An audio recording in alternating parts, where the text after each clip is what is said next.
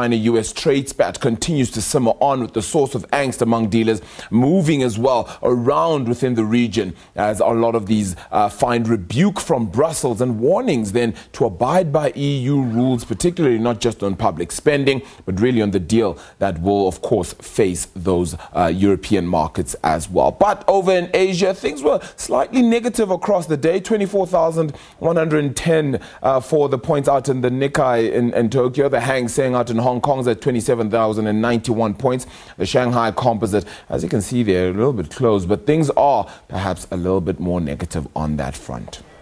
US stocks, of course, going a little bit downward as well. Their final trading day, their S&P 500 registering some of their best trades across the sector. Of course, some optimism still remaining, of course, that the economy may perhaps do a little bit better than some had notioned throughout last week. But the Dow Jones Industrial there sitting down a touch by the close of trade today, while rather on Friday, should I say, while the S&P 500, as I said, they're moving down. The Nasdaq Composite adding little over 0.75% as well to close off that trading day.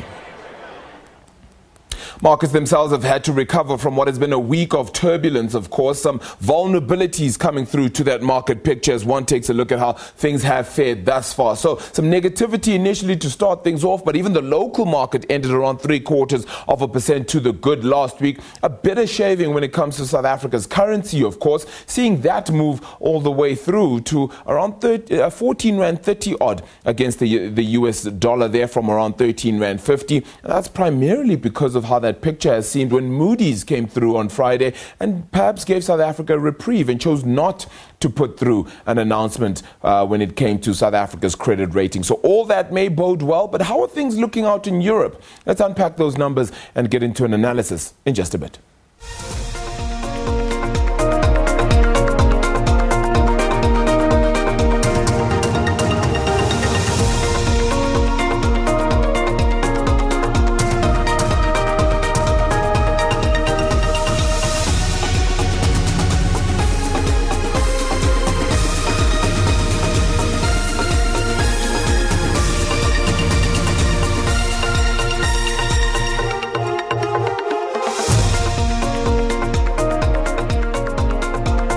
Let's get right into that market picture, and joining me from the Johannesburg Stock Exchange, very own Gary Boyson from Rand Swiss, rather, should I say. Gary, good afternoon to you, but thank you so much for the time. 1 2/10% to the good for the JSE All Share today. A slightly better picture to start off the week.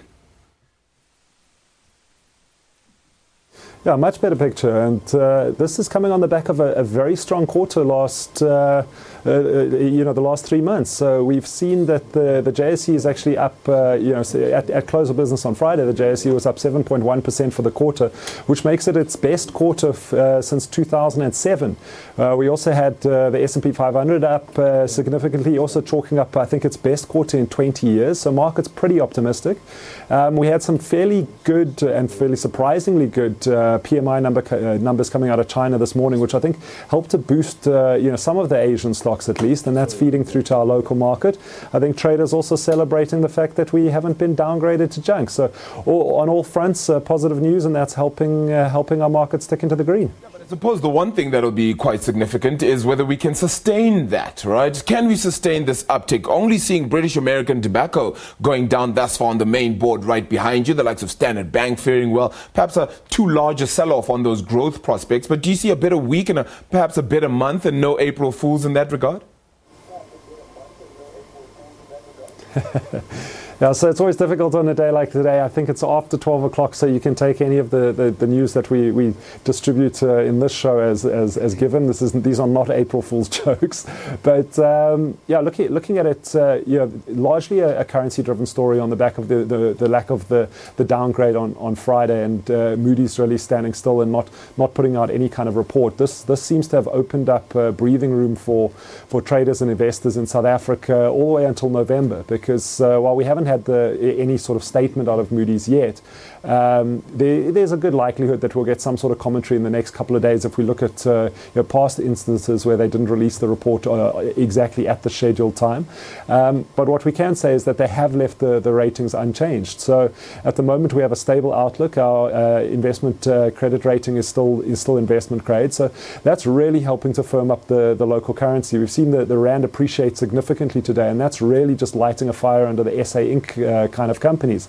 So we're seeing our banks up, strongly. You mentioned British American Tobacco. Obviously, that is a rand hedge company. So we're seeing the rand hedges under a little bit of pressure as that currency story plays through the market. But anything related to South Africa or South Africa Inc. looking very, very good today. Yeah, certainly going to love that story to continue on. That 14 Rand 20.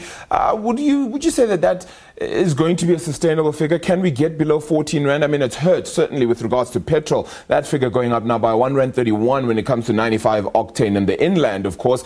And things are going to continue to get worse with that Brent crude if it does continue on an upward trajectory. So I suppose my question is two-pronged then. Can we get sustainability with South Africa's currency? Can the oil price head perhaps a little lower?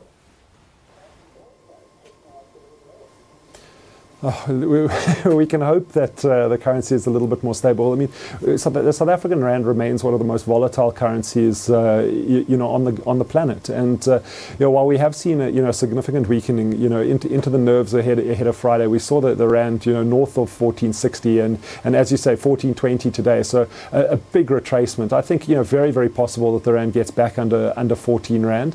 We obviously still have, I think, a lot of political rhetoric coming out ahead of elections. Early in May, and that's going to, that again is going to, I suppose, increase the volatility as international investors and traders will be moving from one news announcement to the next, trying to price in what's going on. But certainly, just the fact that the rand is volatile means that there's a lot of movement in the South African currency, which means we do get these aggressive weakenings, but we also get aggressive strengthenings. Now, that makes it very difficult for I think South African businesses, both importers and exporters, to plan for their I suppose, future operations. But from our point of view, if we're looking specifically at the point of view from petrol users, I think a stronger currency will be very, very welcome because we're still an importer, and that means a stronger rand will perhaps subdue some further increases in the petrol price.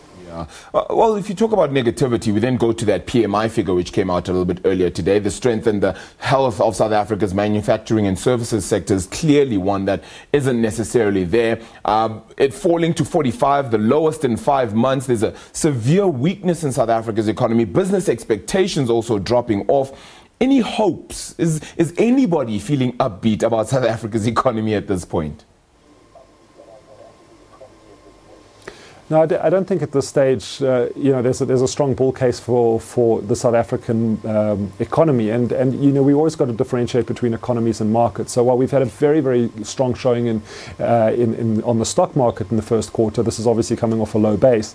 The economic data is still pretty poor, and again, when you look at PMI numbers, you're looking at that key 50 level. So the Chinese PMI this morning we were expecting I think 49.6. We got 50.50, which means that instead of having a contraction in China, we've had an expansion. South Africa was a different story. So we came in at a PMI number of 45, which is showing that we're still heavily in contraction mode. And we actually saw the pace of new sales inside that number accelerate, a pace of at least the decline of new sales accelerating.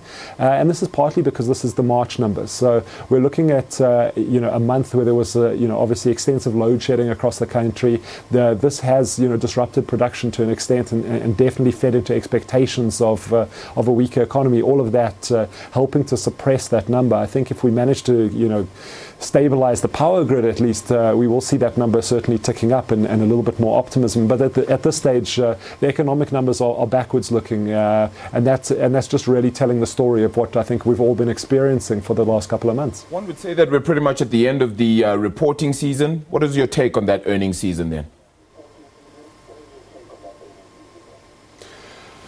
So I didn't quite get that question. I think you were asking about at least the earnings season at the moment. Again, if you look at the local earnings season and what we've had out of the bank numbers, we're getting very much a picture of a consumer that's under an incredible amount of pressure. We're getting companies that are, at least they are being very, very conservative in the way that they're managing their businesses. You look at our mining sector; they're very, very hesitant to invest in the country at this stage until they get some clarity around the mining charter. And it's a situation where there's a lot of fear in the market, and that fear is at least constraining investment, and I think a lot of big projects are just being put on ice for now until we get a little bit more certainty, especially out of policy, government policy. And if we can get that right, I think there's a lot of money that's looking to find a home in South Africa. It's just very much a case of trying to get a framework that is stable and a little bit of policy certainty. And I think there's good things to come. Gary? Always great chatting to you, but appreciate your time this afternoon as well. Live from the Johannesburg Stock Exchange there, Gary Boyson from Rand Swiss, portfolio manager there, of course, giving us a roundup of that market picture. It does seem positive for today, but can that continue until the close of trade? Of course, we'll keep a watch on that. 1 2/5% there is how much the JSE has gone up at present. We'll continue to unravel and unpack that economic figure and economic numbers for you. Do stay tuned. This is On Point.